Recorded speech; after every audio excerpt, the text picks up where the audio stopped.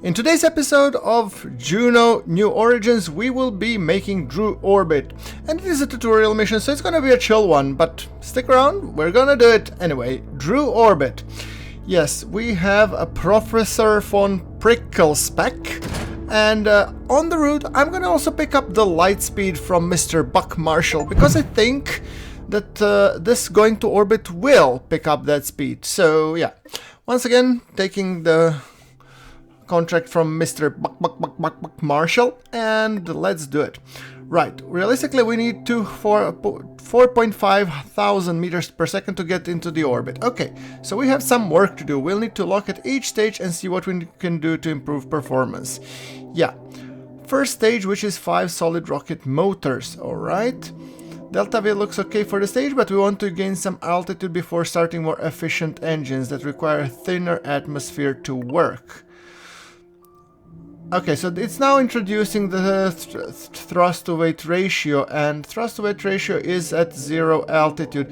It starts at 1.6 and ends at 2.53, and it's gonna be burning for so the ISP is 148 seconds.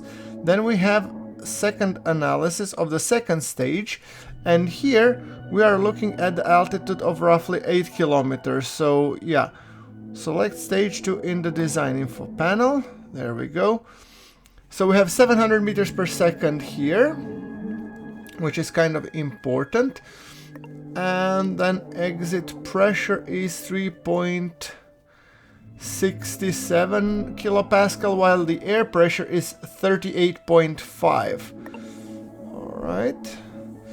So we can shorten the nozzle, crank up the power to increase the engine's exit pressure. Okay. Understood. So let's see what we can do. Nozzle throat size, yeah, okay. And then we shorten the nozzle. If we put shorter nozzle length, exit pressure will be greater. So the idea is that the exit pressure is close or higher than the air pressure. I think it's probably supposed to be, let's see, somewhere in between. So let's see, how do we do it? Will we do it by 50%? And when it's at 50%, the exit pressure is 22.4 kilopascal. So it's less than air pressure, but it should still be fine. Okay, and then we increase the size. Okay, starting thrust weight is 1.2. That's a little bit lowish, but I think it's good enough for this stage. Okay, good enough. And then stage 2. Altitude will be vacuum, which means the air pressure is 0, so we can choose the exit pressure.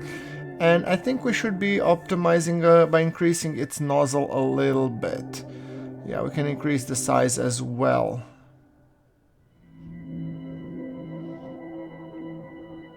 Okay, so we're gonna have to settle with the nozzle length. I think it's good. We can increase the nozzle length to make it exhaust velocity higher. Okay, nozzle area ratio, exit pressure is less. Alright, so close the nozzle panel. Good. I'm still actually struggling with these, trying to understand what they mean. By the way, guys, if you know more than I do in the comments, please do help a fella, will ya? I've just picked up Juno New Origins, and I'm actually enjoying quite a lot of it, and it's actually quite a fun game to play. However, I know very little about it, I'm sorry to say. However, I'm gonna learn it as we play, so yeah, here we go. We wait until the booster's fuel is depleted.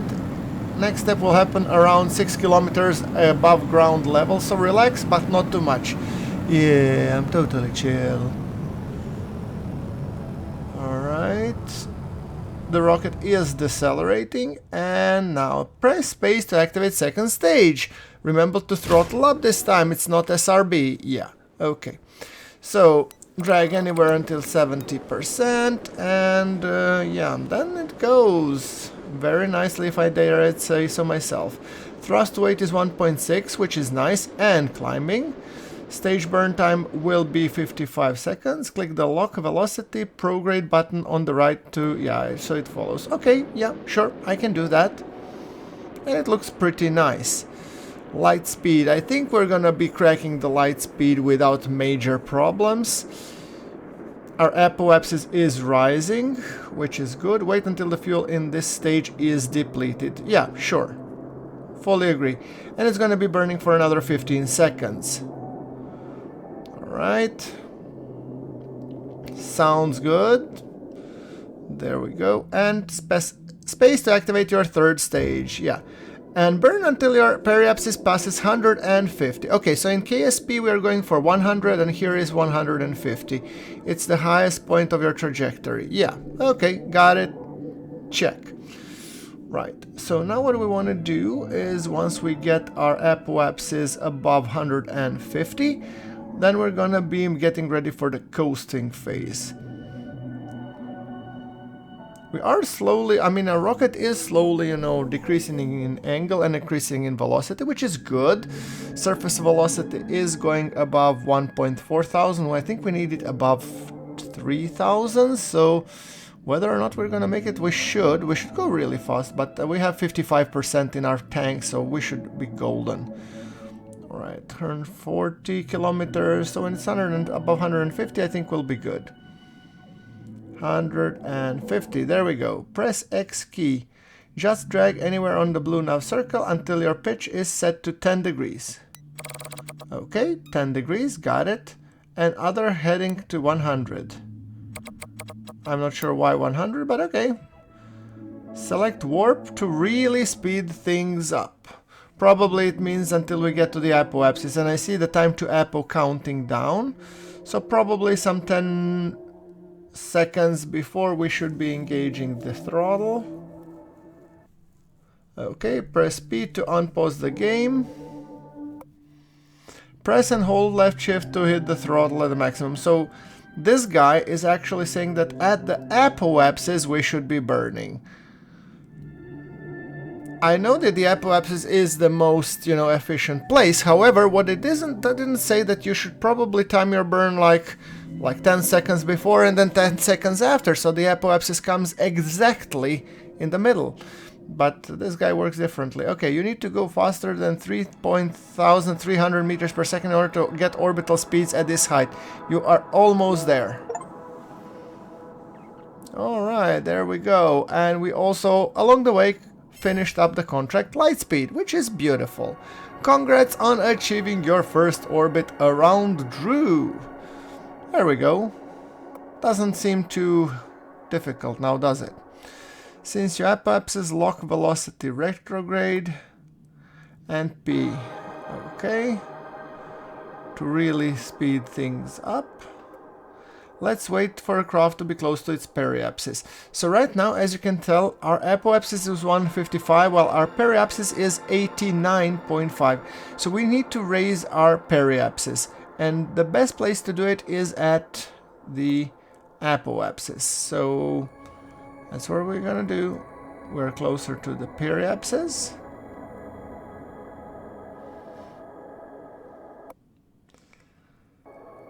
Alright, so periapsis is about 80 kilometers. I guess we should probably bring down the apoapsis by a little bit. So time to periapsis 9 minutes. Time to apoapsis 30 minutes. Sorry, I mean, this game is equally as dark as the KSP. I mean, what the hell? Okay, let me see if I can get to the map view. Okay, we're getting closer to the periapsis, and I think at the periapsis we're gonna be reducing the apoapsis.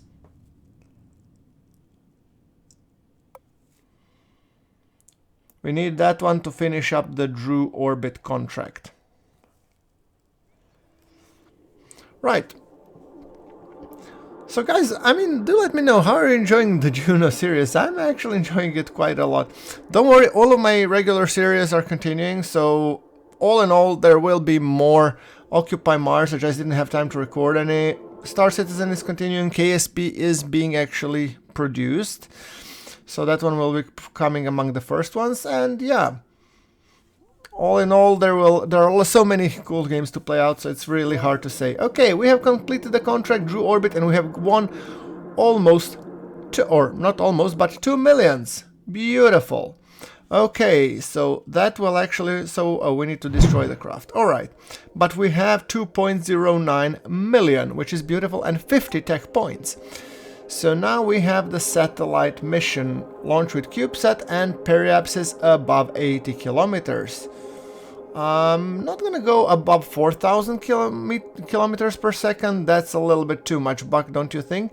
But there is also Drew Orbit from Professor from Prickle's pack. So maybe he wants me to repeat the thing all over again. Huh. Well, I guess that the same rocket could do it, and I could get 500,000. It's probably best that we do it and I just, you know, pick up easy money. Show of hands? Who's for it?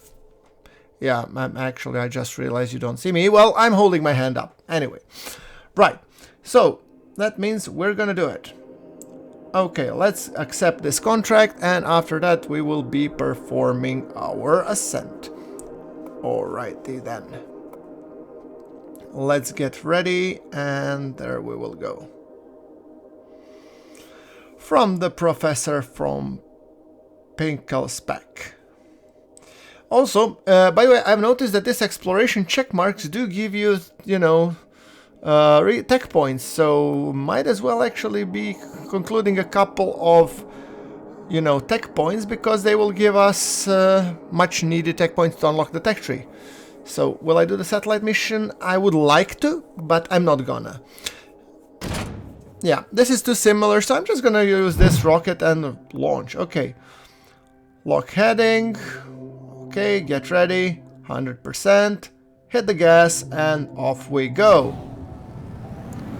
The rockets pull up, and we are going once again straight up, and then we're gonna be going to, what did he say, 70%-ish?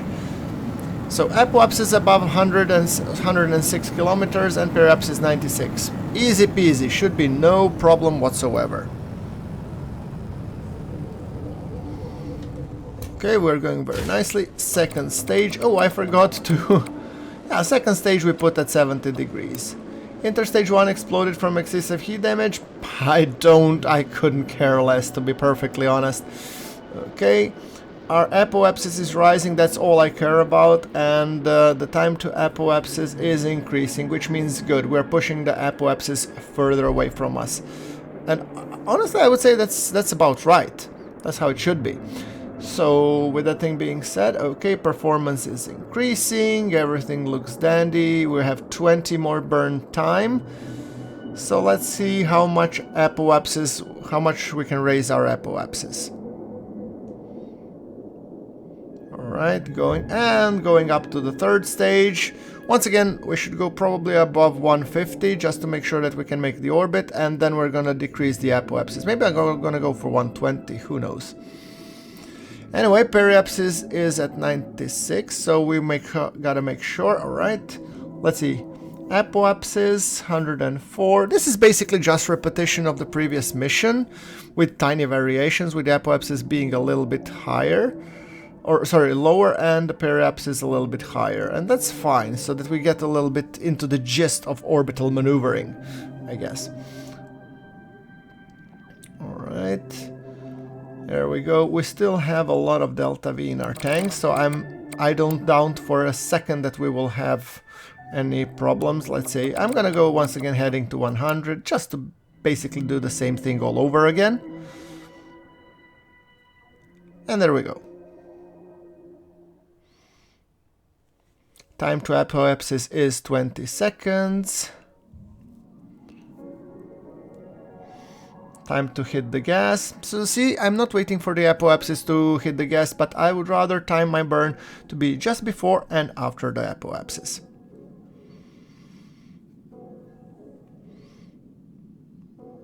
Alright, we're looking good. Stage burn time, we have 60 seconds, so we have plenty of delta V in the fuel tanks. I am worried that my apoapsis is minus 850 kilometers, but as our thrust weight increases, so does our so does the rate at which the periapsis increases. See, it's already 600. It won't be long before we are already at the 400. See, and before I even finish this sentence, I think we will be around 100. Yes, see. Easy peasy. And there we go. 76. increasing it just by a little to make it this perfect 96 kilometers. There you go, 95.9. I mean, that's perfect.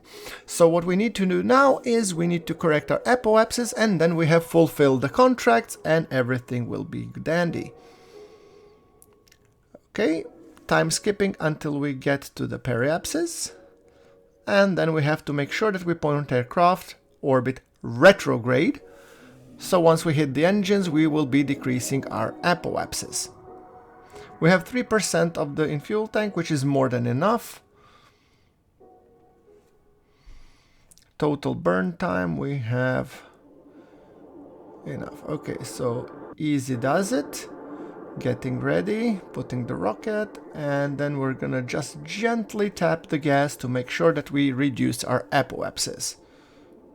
By the way, guys, if you found this video fun and you enjoy it, please do press a like and so it can spread to more people.